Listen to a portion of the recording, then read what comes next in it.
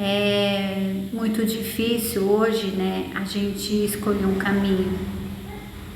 É muito difícil você fazer uma escolha, porque a verdadeira escolha é seguir o Mestre, seguir o nosso Salvador. Mas para seguir o Salvador, a gente fica em busca de seta. Nós queremos encontrar uma seta, uma direção. Então o que acontece? As pessoas são puras e elas não estavam em todo o tempo da história. E para você entender o tempo da história, você tem que entrar pela porta, se transportar na história, viver a história e conseguir se salvar da época da história. Foi feito todas as coisas do início e dentro de tudo que foi feito não foi bem explicado, foi escondido a verdade, porque foi misturado o joio no trigo. Mas foi pela misericórdia do Pai Deus, Ele enviou pessoas. Mas o que aconteceu? Devido o joio, segurava os povos para que não escutassem o trigo. O Pai Deus pedia que nós ouvíssemos tanto um como o outro, porque não era para se arrancar o trigo. O que Ele quis dizer, gente? Raciocina. Foi plantado o joio e o trigo juntos. E o trigo, ele se abaixava com o vento, com o espírito, para ouvir o joio. Mas ele não podia arrancar o joio quando ele identificava o trigo ou o joio. Ele tinha que andar junto. Por quê? Porque haveria lá na frente aquele que curaria o joio. Então, se você arrancar o joio, você se tornará um assassino, porque este será limpo, renascerá e viverá em paz com o Criador. Então, qual é o problema que o Pai encontrou em Moisés e nos demais fiéis que se perderam? O assassinato, a morte do Espírito. Por quê? Moisés ele não conseguiu entrar na Terra Santa devido à morte de arrancar o joio e não deixar nascer o trigo. Então o que acontece existiria lá na frente uma cura e todos os profetas anunciavam a cura.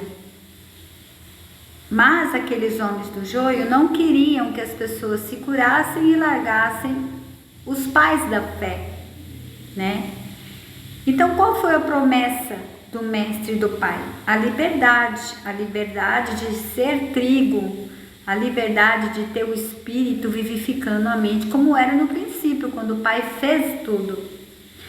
E esses homens que era joio, que foi plantado no meio e se contaminaram, eles não queriam perder o poder de colocar as leis que foram dadas por homens pelo pecado, porque o salário do pecado é a morte. E quem seria o acusador da lei é o que trouxe a lei. O Pai, ele colocou a ordem e o Mestre venceu. Ele seguiu os profetas, entendeu o trabalho do Pai, cumpriu e nos deu o Pai Deus em entendimento e um mandamento que resumiu toda a lei e os profetas. Ele não derrubou a lei, mas ele resumiu, porque se você ama o Pai acima de tudo, você ama você e seu irmão, seu próximo, você vai fazer as melhorias da terra. Você vai trazer a luz e o sal, que é o tempero. Foi isso que ele ensinou toda a caminhada, tanto para os profetas como para os apóstolos e os discípulos. E hoje não é diferente.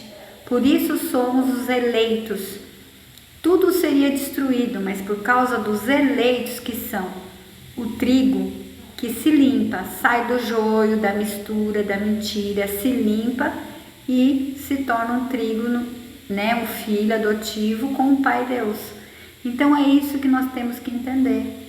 Quando nós conseguimos entender que tudo foi feito para um plano de resgatar os filhos que estavam no joio, na mentira, e são resgatados e juntados ao trigo, não para ser queimado e jogado fora, mas para ser queimado e selado pela palavra e pela verdade e se tornar filho adotivo. Quando isso acontecer, tudo será novo, tudo será limpo, tudo será explicado. Não arrancamos ninguém, não julgamos ninguém, não matamos ninguém. Nós simplesmente trazemos o Mestre que limpa, que liberta na palavra, e Ele leva ao Pai, Ele leva ao Espírito. É Ele quem faz, não somos nós.